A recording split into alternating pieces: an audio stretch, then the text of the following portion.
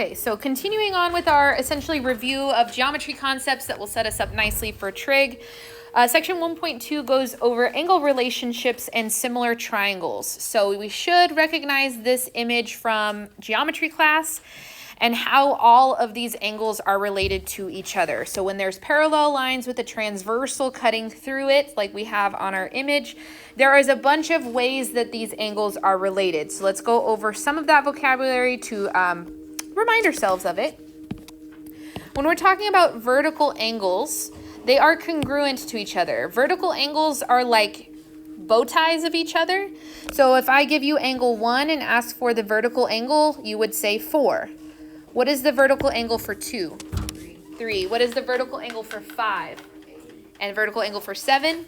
Cool. Vertical angles. They're the same degree measurement. The next vocabulary word is alternate interior angles. Alternate means alternate sides of the transversal. Interior means inside the parallel lines. So they are also congruent. The alternate interior angle to 4 is 5 because they're on opposite sides of the transversal but still inside the parallel lines. What is the alternate interior angle to 3? 6. Those are also congruent. Alternate exterior angles, opposite sides of the transversal but outside of the parallel lines, they are also congruent. So if I gave you 1, the alternate exterior is 8. What's the alternate exterior for 2? 7. Okay. Consecutive interior angles are supplementary. Remember, that means they add up to 180. Consecutive means the same side of the transversal. Interior means inside the parallel lines. So we have 4 and 6 that are consecutive interior angles. They will add up to 180. They're supplementary. What's consecutive interior to number 3? 5. They would add up to 180. Our consecutive exterior angles, same idea, same side of the transversal but outside the parallel lines. So 2 and 8 are supplementary. So what is consecutive exterior with 1? 7. They are supplementary. They add to 180. Corresponding angles are congruent. Corresponding angles are angles that are in the same location at one intersection point and another. So if we have 2 on the other intersection point, 6 is in the same spot. So these are congruent or corresponding. What's corresponding with 1? 5. What's corresponding with 3? 7. What's corresponding with 4? 8. Okay. That's a bunch of geometry concepts from forever ago that we still hang on to. The things I need you to make sure that you recognize not only the vocabulary, but specifically how they're related to each other. So these different relationships. And I'm actually going to make these a different color. Complementary and supplementary. Those are, again, defined in our previous notes, so we have those nailed down. But what that allows us to do is answer questions like number 1. This should look familiar from geometry class. We're going to find the measures of angles 1, 2, 3, and 4, given that lines M and N are parallel. Okay, the first thing I notice is that we're really only given information worth solving between angles, let me highlight, 1 and angle 4. How are angle 1 and angle 4 related? They're congruent, yeah, because they are alternate exterior angles. So we know that angle 1 is congruent or equal to angle 4, which means I can then use some algebra skills to solve for x. Since I have a value for 1, which is 3x plus 2, I'm going to drop the degree since I'm already solving. I know that that's exactly going to be equal to 5x minus 40. We do some quick algebras to solve. I'll take all the x's to the left, so that's subtract 5x from both sides, which gives me negative 2, and move the 2 to the other side, subtracting it, which gives me negative 42. We divide by negative 2 on both sides. We get that x is equal to 21. That's some great info to have. It doesn't actually answer my question, though. We want to go back and figure out what all of these angle measurements are. Let's do that in an orderly fashion. So angle 1. Angle 1 is equal to 3x plus 2, but we now know that x is 21. So we can do 3 times 21 plus 2, which, blah, calculate, we would get 65 degrees. I'm going to leave angle 2 alone for a second.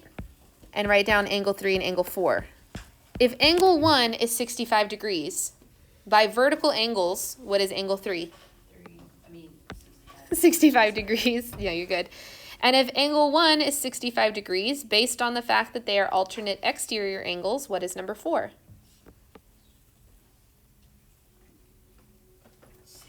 Also 65. They have to be equal.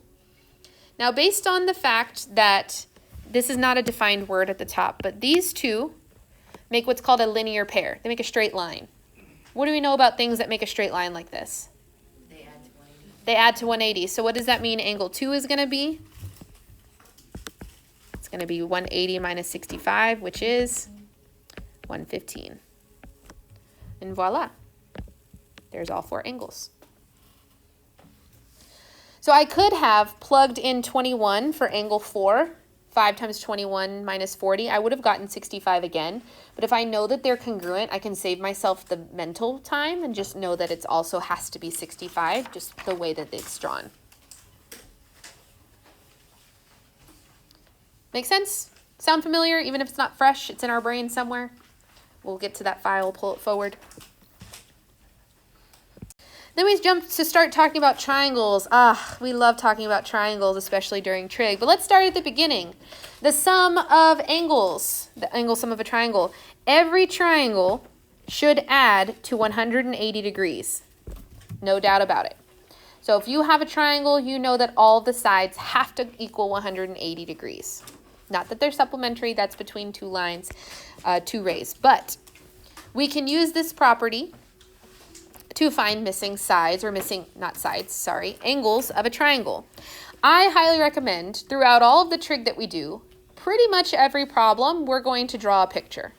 Because for the most part, we're visual thinkers. And so if we have a picture, figuring out what we're asked for is going to be a lot simpler. So in this problem, it says the measures of 2 angles of a triangle are 48 degrees and 61 degrees. Find the measure of the third angle x. I know some of us could probably do this without an image. I'm going to draw that where it doesn't look like a right triangle. But here, if we get ourselves a triangle, we'll have 48 degrees, 61 degrees, and then some missing side, x degrees. Again, this one's pretty simple, so the picture helps, but it's not necessary. If we wanted to find that value x, we know that 48 degrees plus 61 degrees plus x degrees would have to be 180 degrees, which means that x is how many degrees? 71 degrees. Voila. Easy peasy.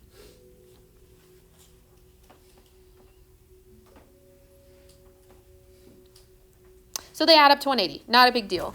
We then have a bunch of vocabulary when it comes to triangles. Again, just like before, I'm kind of just going to plow through it because it should be familiar.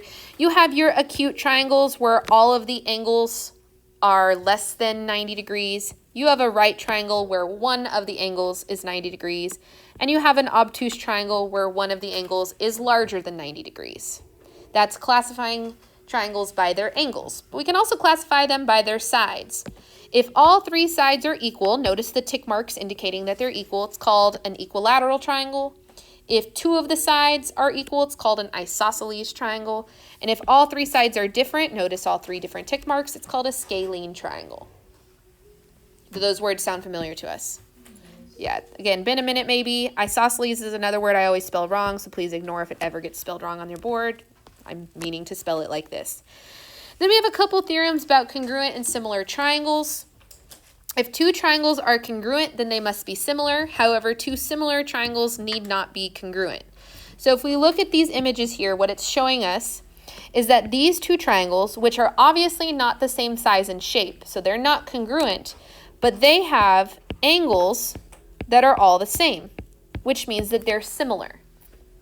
Similar just means that the angles are all the same and the ratios of the sides are going to be the same. Same here, we have congruent angles here, and down here, meaning that these are similar, but they're not congruent.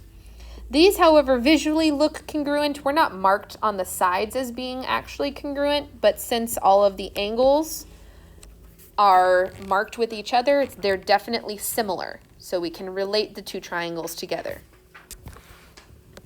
What's important about the idea of similar triangles here If a triangle ABC is similar to triangle DEF, then we know that the corresponding angles have to have the same measure, like we saw in the picture, and the corresponding sides are proportional, which means we're going to be able to set up ratios, cross-multiplying and dividing, to solve for different side measurements that are missing.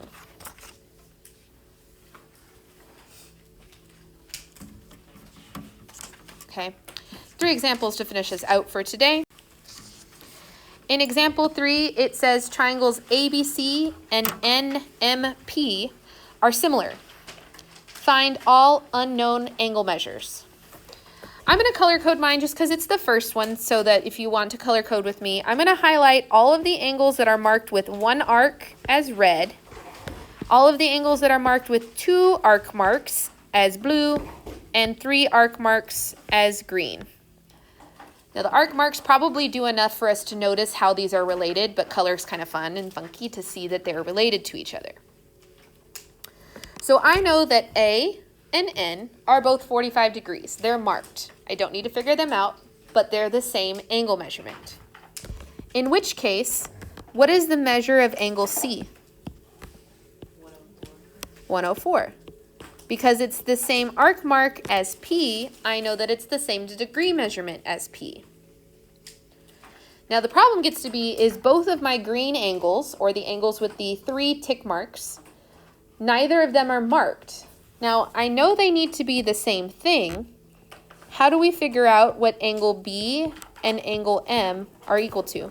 45 plus 104 subtracted from 180. Exactly.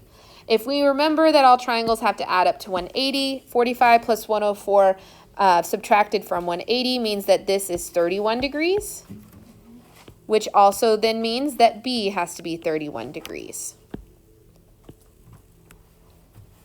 So always keep in mind some of the easy concepts from geometry, because sometimes some of the harder questions in trig can be solved with a little help from an easy geometry question.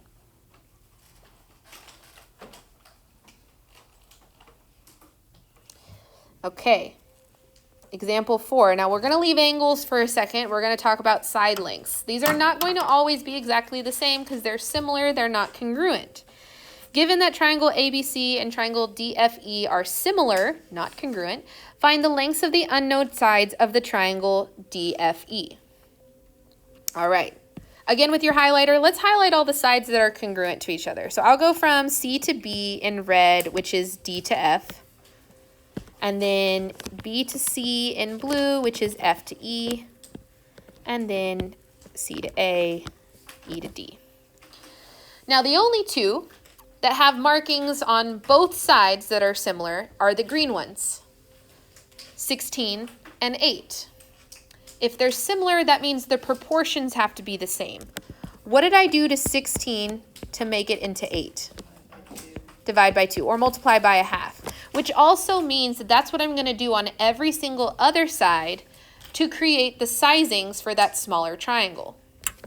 Therefore, if BC is equal to 32, that implies BC, so FE would be equal to how much?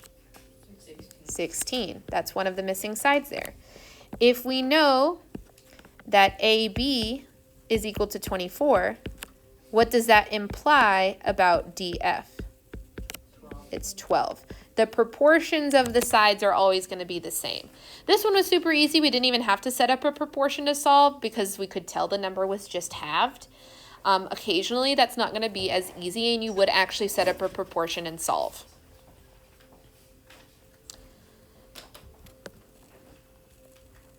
Speaking of needing to set up a proportion, don't we love that segue? Let's say I'm asking you to find the height of a flagpole. Now again, because there's no image given, our first instinct needs to be, I'm probably going to draw some sort of picture or image to help explain this problem. Super helpful when it comes to trig. It says workers must measure the height of a building flagpole. They find that the instant when the shadow, that should say and a flagpole, when the shadow of the building is 18 meters long, the shadow of the flagpole is 27 meters long. The building is 10 meters high. Find the height of the flagpole. All right, so oddly enough, our flagpole is going to be larger than our building. So it's not a skyscraper. Let's say it's just a cute little house. There's my cute little house. Okay, here's my house, my building, and it says that we have some shadow coming off of my house. The shadow is 18 meters tall, while my house is 10 meters tall. Do we see where I got this figure from? Okay, then next to this house, there is a flagpole. Don't judge my ability to draw. Okay, we'll just make this a Texas flag because it's easier to draw.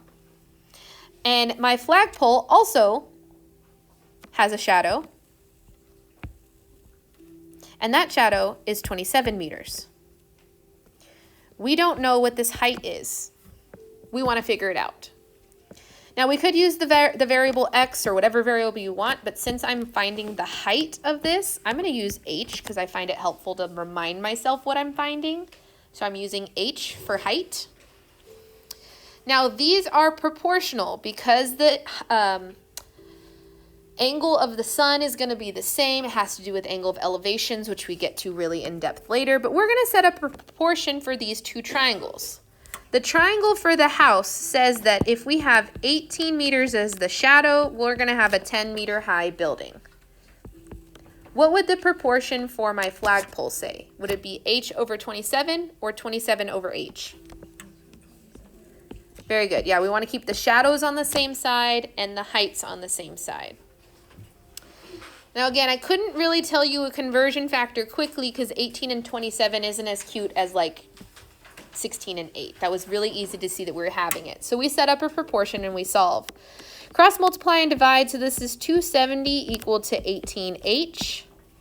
If we divide by 18 on both sides really quickly, 270 divided by 18 would be 15 meters. So the height of my flagpole is 15 meters. Y'all know what I mean by cross multiply and divide, right? Yes. Okay, the butterfly method.